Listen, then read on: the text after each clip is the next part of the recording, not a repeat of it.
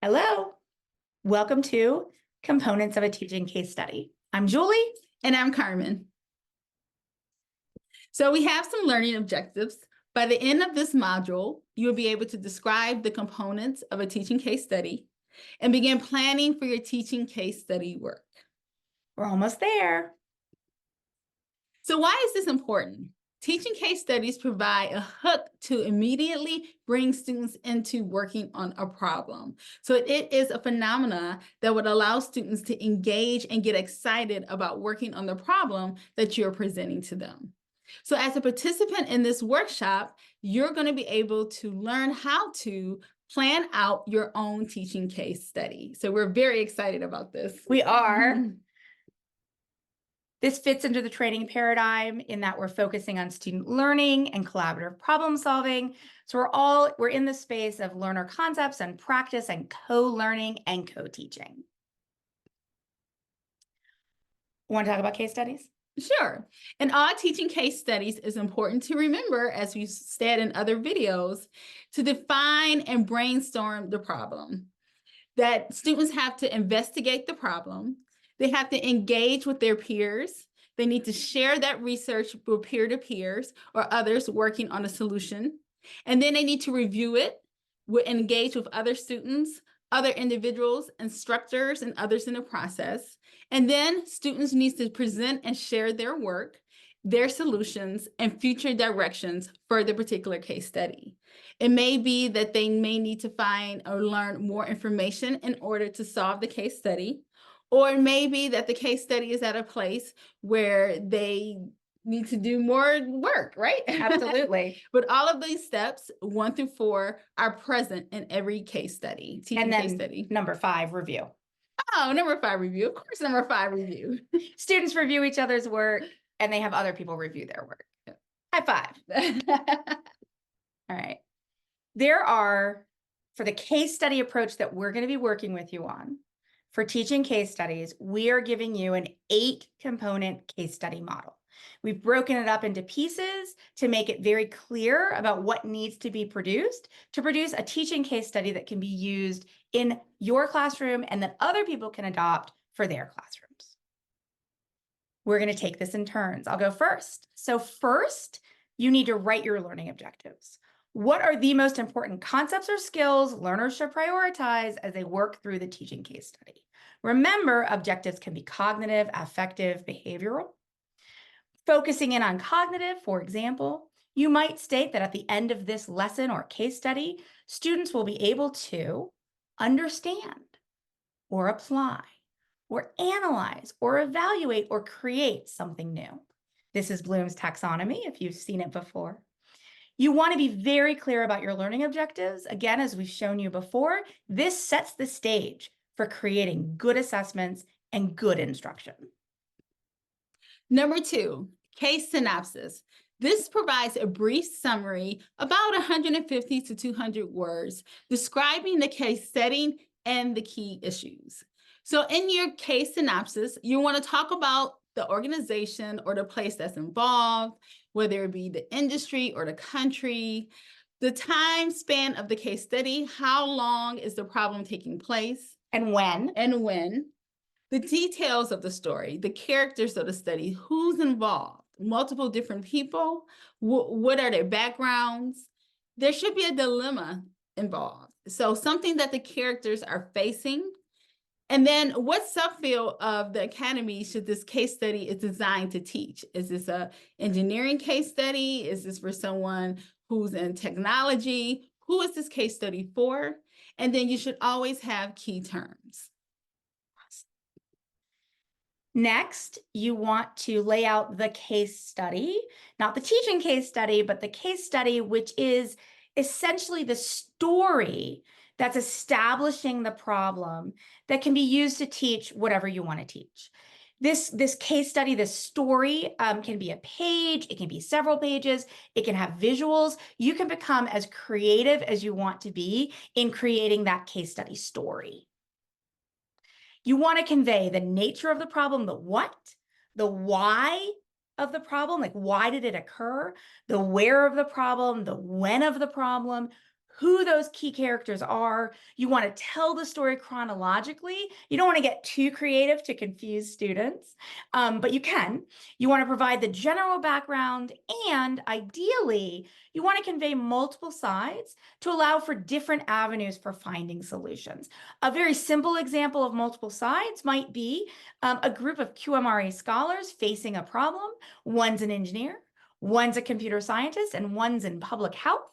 And they're all going to attack that QMRA issue from different perspectives. Again, the case study, this is where you're writing that story that's going to hook people in and get students excited to solve the problem. Target audience, describing who you think would benefit from working through this teaching case study. So who are you writing this for?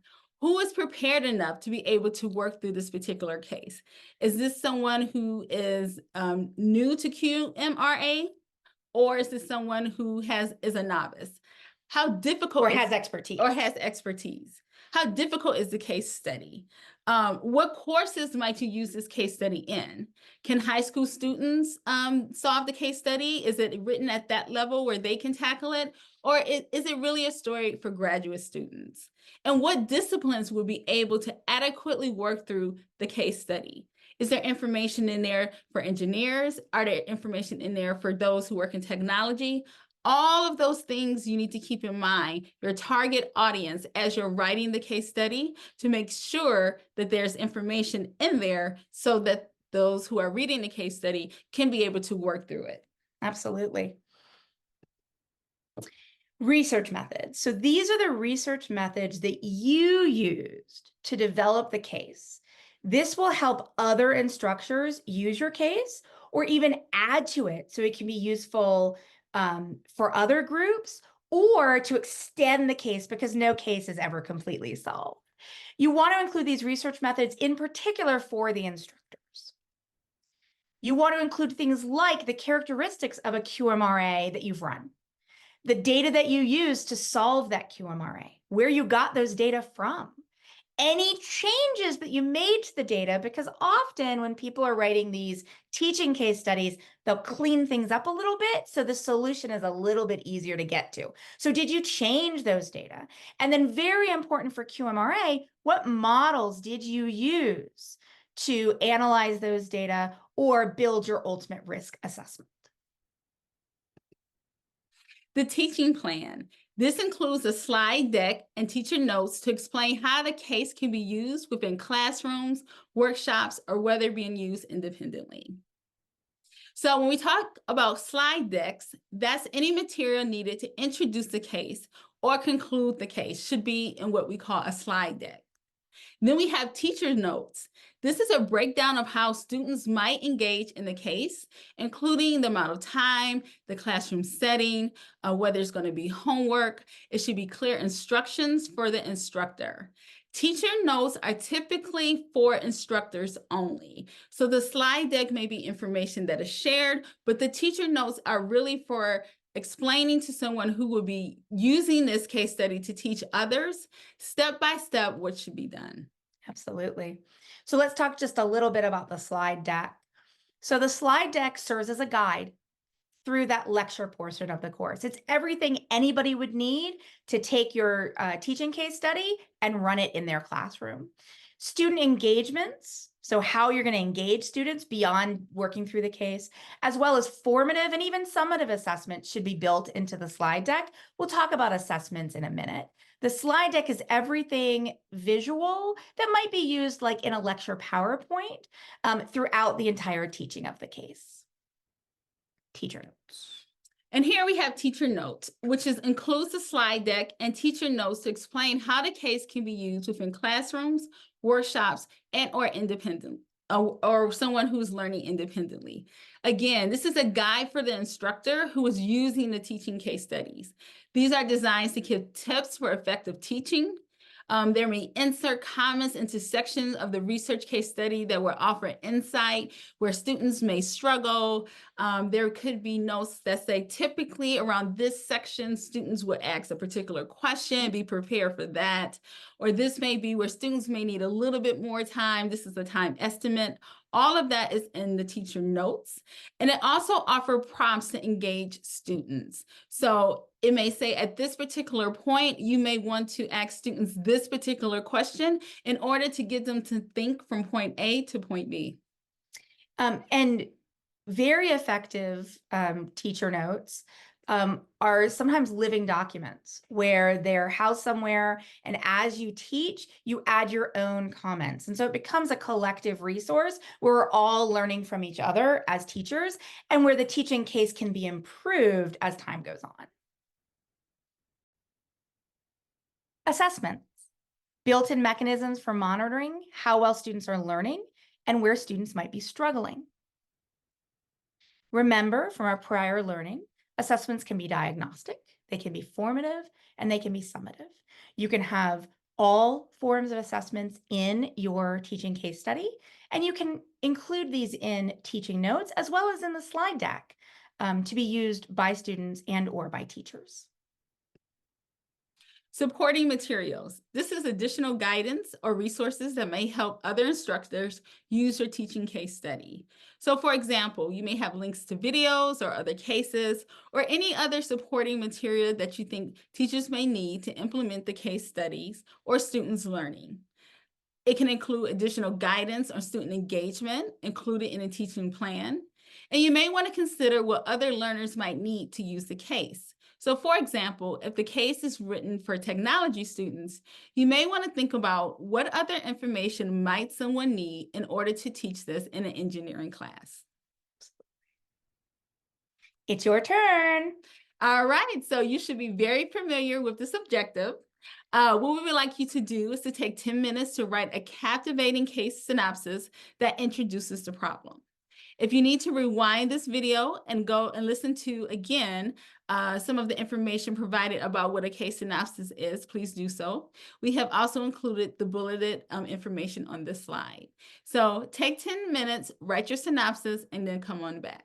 And in writing that synopsis, you can make up things. You can imagine that you have done a lot of research and run a QMRA. We want you to be creative in this process and think about what kind of story might be most captivating. And this synopsis lays out the bones of what that story might look like. See you in 10 minutes. Welcome back. In conclusion, a teaching case study has specific components. We've provided you with an 8-component case study approach, and we encourage you to include all 8 of these components in your case studies, in your teaching case studies. Each of these components is useful for students or teachers or both students and teachers. And a well-developed teaching case study helps students engage in real-world problem solving and help students guide students through that learning. It has been wonderful to walk through this teaching case study and learning all about teaching process with you. We look forward to seeing what you create. Thank you, Carmen. Thanks, Julie. Bye. Bye.